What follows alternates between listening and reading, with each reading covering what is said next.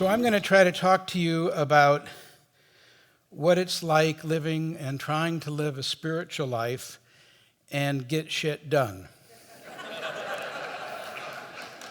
Now, there's a way to say that in Sanskrit. So my life has gone through a series of stages that in the 60s we considered to be a normal career path.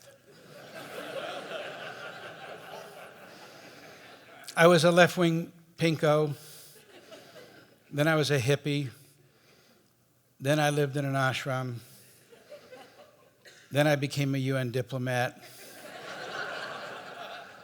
then I saw the last case of smallpox in the world.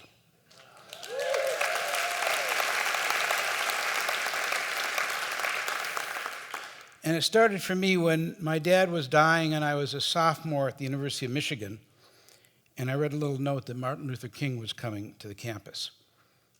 I wasn't exactly sure who he was, and obviously no one else was either, because an auditorium that was supposed to seat 3,000 only had 30 kids show up. And the professor, who was the president of the university, was really embarrassed, and he stood up here and he said, "Oh my God, I'm so sorry." And Martin Luther King came up and said, "There's more of me to go around. You all come on up and sit down with me." And we sat on the stage with him for 6 hours, this group of people. And none of us were ever the same. And everyone went down to work in Selma or in Mississippi, and our lives were changed forever. Because he spoke about what it's like if our kids can grow up in a world where they live together and they love each other for who they are, the content of their character, and not the color of their skin. We didn't really understand all those words, but we knew that we were seeing something that was different than anything we had ever experienced. And I joined an alphabet soup of organizations, SNCC and CORE and NAACP and SDS. And then I became a radical. And the most radical thing that I ever did was I married my wife, Girija, who's sitting here someplace I can't see out there. Where are you? There she is. We've been married 47 years. Now that's radical. They told us, because we lived on a hippie bus, relationships wouldn't last, and they were wrong. But you can see that even our two weddings, one which was a conventional Jewish wedding and the other was the one that had the two kinds of punches, one of which was electric. And here I was a radical doctor, and I did my internship at what was called Presbyterian Hospital, now Pacific Medical Center. And I want you to imagine that every nurse's station had that front page of the magazine on it with the kids sitting on the toilet in the middle there. That was me. And they painted bullseyes around my face and put a hypodermic needle in my nose, and they said, "Presbyterian Hospital welcomes its new radical doctor, brilliant, here to save the world." And then I got one day a week off, and this character came to town, Baba Ramdas. His dad called him Baba Ramdas, and we got to listen to him every Thursday for 3 weeks in a row, and I knew I was meeting someone. I'd never met anyone like him before. And there was something magic in the air in San Francisco, and it wasn't just what we were smelling.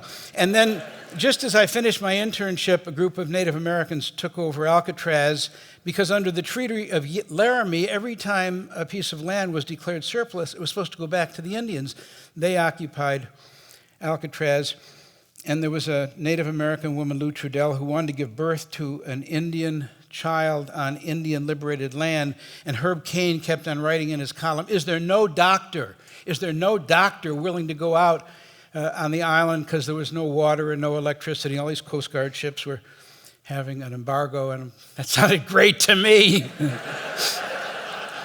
So I went out and lived on the island. I helped deliver this baby, Wavoka. And when we came back after that on a Coast Guard cutter and we landed at Pier 42, it seemed like every camera in the whole world, all the newspaper reporters were there with cameras in my face, and they said, What do the Indians want? I hadn't met an Indian till 3 weeks before, but I wound up being offered a part in a movie that Warner Brothers was doing, playing a young doctor, a rock doctor, and this was supposed to be the Grateful Dead and the Jefferson Airplane and Jethro Tull, and it ended with Pink Floyd in a rock and roll concert in Canterbury, England, and then I met this guy,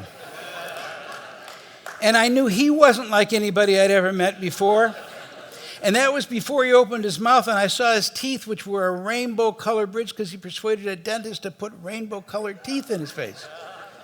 And this is Wavy Gravy, of course, who was the master of ceremony at Woodstock, and he became my best friend for the next 40 years.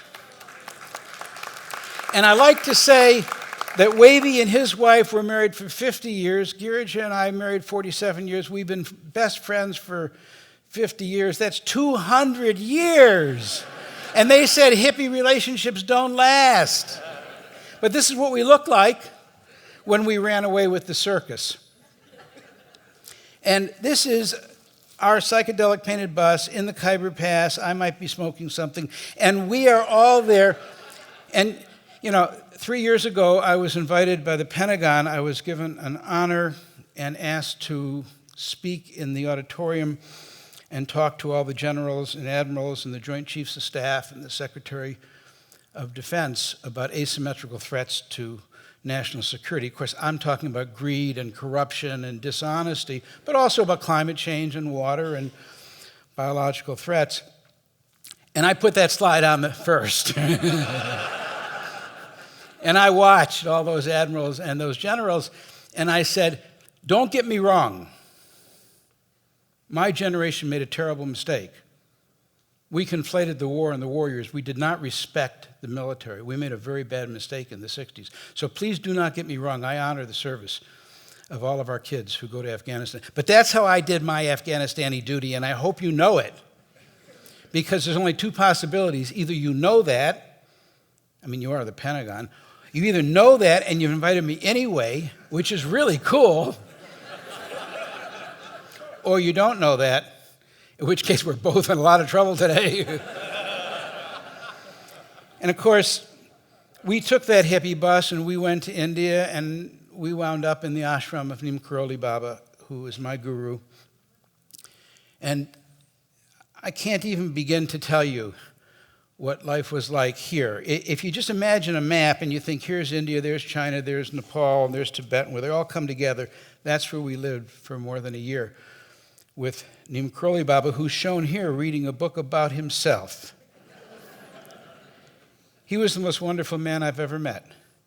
And it wasn't just sitting with him and learning the Bhagavad Gita, the Ramayana, the Quran, reading the Torah, reading Lao Tse, the I Ching, the Old Testament, the New Testament. It was that when you sat in front of him, it wasn't just that he loved everybody in the world. Hell, that was his job. He was supposed to love everybody in the world. But what was amazing is that when I sat in front of him, I loved everybody in the world. And I didn't know I was built that way. I didn't know I had that switch. But he changed me forever. And everybody who came there. And then one day, when I was meditating off in the corner where I tried to meditate, he just started throwing apples at my testicles. As if to give me a subtle reminder that he had something else in store for me. And he said to me, Dr. America, that's what he used to call me, Dr. America, how much money do you have? Whereupon all those programmed, skeptical, cynical feelings, finally the guru's going to hit me up. Dr. America, how much money do you have? And I said, I have $500. He said, nah, jute bolo, you're lying. How much money do you have in America? Not just here. I said, I've got $500 back in America. And he said, $500 here, $500 there. You are no doctor, which is what my mother used to say to me. If you have no money, you're no doctor. And then he began to say, you are no doctor. Now, all this is in Hindi. You are no doctor. You are no doctor. And then he began to say it in English. You are no doctor. You are no doctor. You are no doctor. UNO doctor. UNO. United Nations doctor. Dr. America is going to become United Nations doctor. You're going to go to villages and you're going to give vaccinations because God is going to lift one kind of suffering as one burden off the shoulders of humanity and eradicate smallpox. And you're going to play a role in that. And this came out of the blue. I don't know how he knew the name of smallpox. I don't know how he knew that a disease could be eradicated. I don't know who he was. I just know that he sent me from that ashram to the World Health Organization with Girija a dozen times, each one of those trips, 12, 13, 14 hours. Of course, I walked in the first time, I had hair down the middle of my back and a beard down to my knees, and I was wearing an ashram gown that looked like a dress. And they kicked me out, and we got back, and he sent me back again. And after a little while, I trimmed my beard a little bit. I got a little smarter. I got rid of the dress. I put on an old, ill-fitting suit. And they had to create a position low enough to hire me. Because I couldn't be hired as a doctor because nobody believed I was really a doctor the way I looked. In fact, my dear friend D.A. Henderson, who died 2 weeks ago, who was the head of the global smallpox program, he wrote in his notes, I have today interviewed a man, Dr. Larry Brilliant, says he's a doctor, doesn't look like a doctor, appears to have gone native. And then came the transformation from that Dr. America to this, when I joined WHO. And I work with this amazing woman, Nicole Grasset. We used to call her Hurricane on high heels.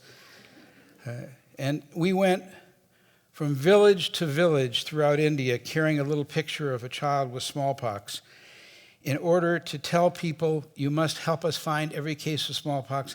We have to visit every village, every house.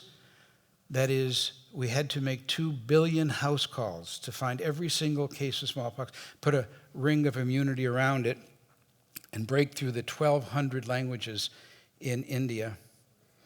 And the next 3 pictures are going to be rough, so I'm sorry. I don't want to show them, but I don't want to not show them. This is a mild case of smallpox. This is a fatal case of smallpox. And this is a moderate case of smallpox. I won't show you any more pictures like that again. I will tell you, though, that one town, Tatanagar, became the worst exporter of smallpox in human history, and we had to quarantine it with people stopping every single case from going anywhere. And in the end, after 2 billion house calls, 150,000 people working for 10 years, this is the last case of smallpox, killer smallpox in history, a little girl named Rahima Banu. I got the balloon in California. I carried it with me for 3 years, hoping that one day I would have the chance to see the last case of smallpox. And I just want you to think about this one thing, and then I'll quit. When she coughed, Rahima Banu, and the virus came out and landed on the ground in Bangladesh, and the hot sun cooked it, and there were no more susceptibles around, an unbroken chain of transmission that stretched back to Pharaoh Ramses V was broken. The biblical plague of boils, Job's boils, the plague of Athens, gone. So what I want to leave you with is that if Russians and Americans in the middle of the Cold War, if doctors from 30 countries, if hundreds of thousands of people can come together and work together to eradicate smallpox, how the hell can you not be optimistic? Thank you.